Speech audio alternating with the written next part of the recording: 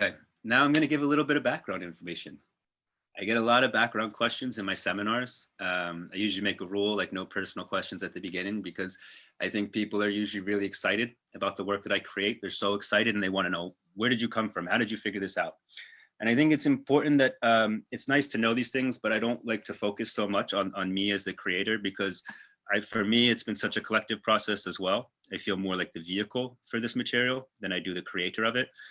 And I don't like to focus. I want the concentration to be on the material, not on the person. And I've been very aware of that in my development, especially coming from Circus, because we have the entertainment side, the performance side, and most people are trying to consolidate attention. And in this situation, that doesn't benefit my goals. If I consolidate attention, I want to put the attention outward. I want to expand our borders. So I'm going to give you a rare glimpse, a little bit of a background story.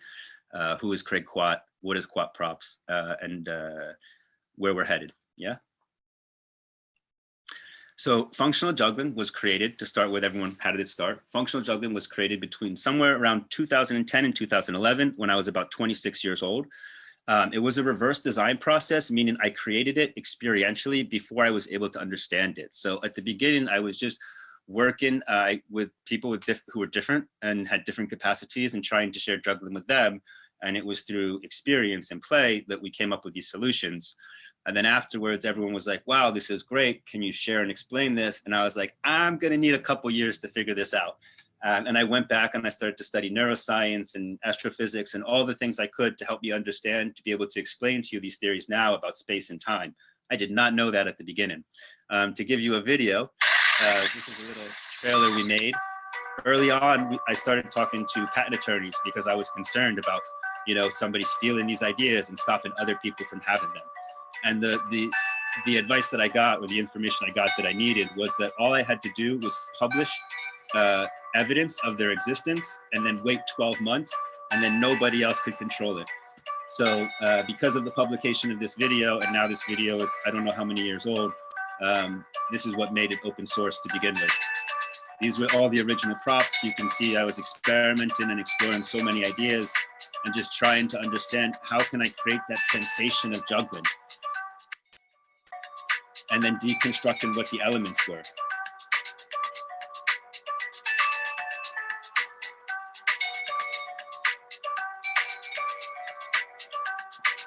That was with a project called BANDOfJUGGLERS, which is just sort of another cool story for another time. I have a lot of cool stories. So it took years of cross-disciplinary collaboration and study to be able to consolidate a world of ideas into a streamlined theory that I could explain to others. And it wasn't until around 2016, when I left the US, that I finally felt ready to begin to share it in a more formalized way. It was also around the time that I met Lapo Botteri, who is with us too as well, and he's the collective leader. We'll talk about him a little bit more later. But for me, it's been it's been a crazy journey with a lot of stories. I really feel that the community has contributed a lot to this, and it feels like a shared project to me. I think the European people, now I feel really good with the material, how it's being presented. And we've been to, like, I don't know how many countries now, how many cities, how many circus schools, I have no idea. We trained hundreds of people and we just keep training more. So something is going right, yeah. So my personal background, I think a lot of people, I can be a little bit confusing for some people.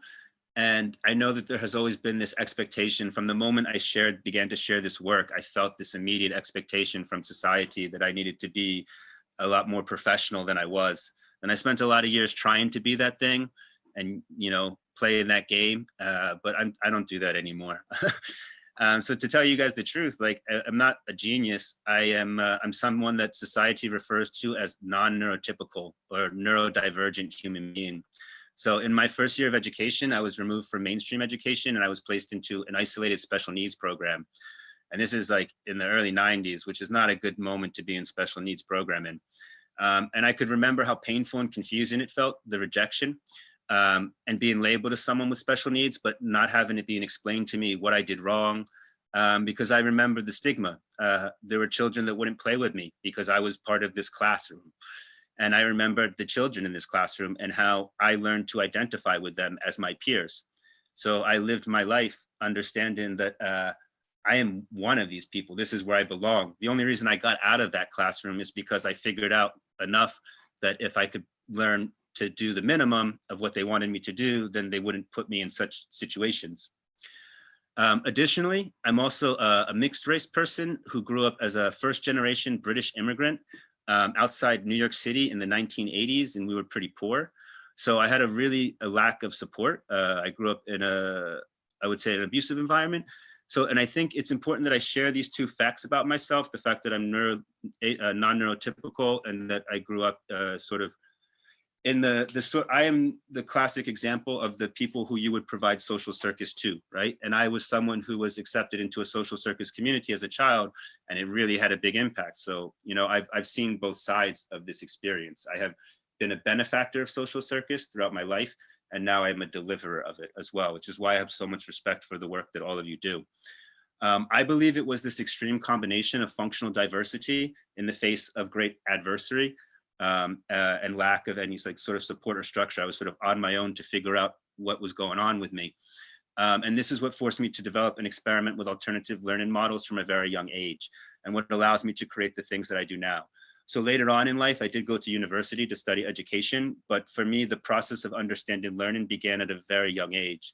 I was forced to for the purpose of survival, to figure out other learning strategies to assist me to function within society. And that burden was pretty hard, and it leads to a lot of resentment. You know, people like me, we can be resentful of society for not being more understanding. And I think the tools that I'm creating now is a way to sort of help build a bridge between these different types of people, people who society puts in to one group and people who are more free.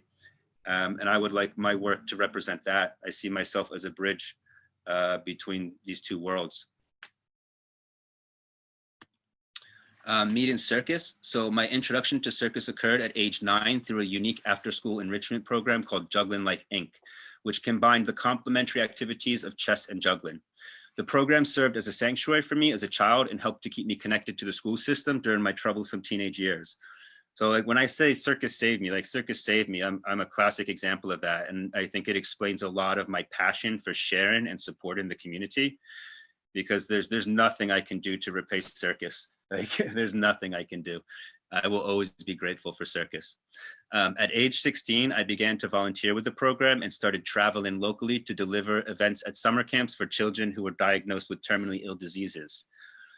These were some pretty unusual settings to begin teaching. But it was in this context of trying to share juggling with people who were close to death that I first began to question and challenge both its meaning and educational models. So even though I had this exposure to this after school sort of social circus project, we were isolated from the broader circus community. So I didn't know any other model than the one that was being shown to me. And in this particular program, we were working with kids that were terminally ill. So I was being faced with people who were trying to learn to juggle while they were connected to an IV tube. And I was 16 years old and trying to figure out how to teach this person. And it was in this setting, I think that it was really important for me that I was successful, because if I wasn't, then I wasn't going to have another chance. I might not have another chance to teach the person. And then that also triggered a series of questions for me. Well, why is it so important to teach the person if you're not going to see them again anyway? Meaning, like, what is the point for someone to learn how to juggle if they're going to die soon? And for me, there was a point. And it was, I think it was this exposure at a young age that put me on that path. And I wanted to share that part with you because I think it's important to understand why these ideas weren't discovered before, because they are very obvious. I think now that we have them and we're sharing them, it seems very obvious, these solutions. But just trying to come up with an explanation for people, because they ask me all the time, like, why did you figure this out? And like, well, these are the things I was working with. This is the situation I had. My relationship with juggling. At age 22, I had another meaningful experience with juggling when I used it as a source of self-medication for a period of severe depression. At the time, I was suffering greatly from not being able to exist in the present moment. So most people who are suffering from trauma and depression, it's really hard to be present because you're constantly having anxiety about things in the past you can't control and things in the future that you're afraid of, right? So juggling presented a gateway in which I could escape the pain of my own body, like just for a moment. Like while I was juggling, I didn't feel the pain because my mind was free, right, from this torment. And that, I think, provided me the space that I needed to begin to rehabilitate. Juggling itself didn't do all the work, but it created a space for me in which I could begin to go to therapy and do other things and actually have a response to those things instead of just being trapped in this distorted relationship with time. Over time, I noticed how the activity was altering my state of mind in a way that allowed me to better deal with my trauma and regain control over my own emotional processing systems. I had not yet solved the problem, so this is when I began to think about it this way. But I hadn't figured out how to make it accessible. But it was through this personal experience that I had with juggling, where again it saved me again, that I began to feel this passion, this determination that whatever this thing just gave me to save my life, I want to share that with as many people as I can because it's powerful. So then I created Band of Jugglers. I'm just going to let this play. And we began to explore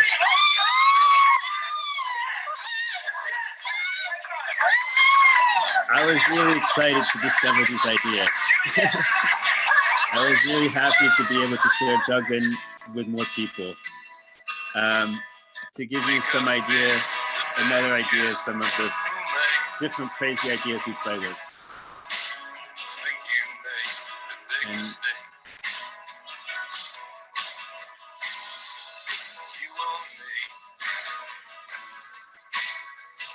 you know, I don't know how loud the volume is. Can you hear me if I talk over? Yeah. So I hope in sharing these videos, you can get a sense too of just how collaborative this process was for me. And the biggest community that I collaborated with is the participants that I was looking to help, right? Because those are the people who know what they need more than anyone. So rather than, I did have worked a lot with doctors to learn things, but ultimately it was my relationships with the people that I was helping directly that taught me the most.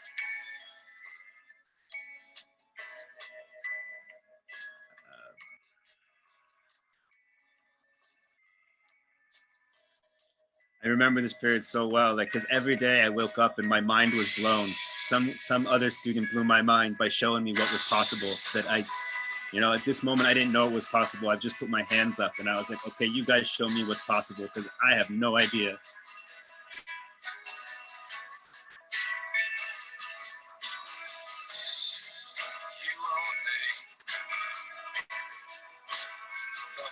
And we played a lot.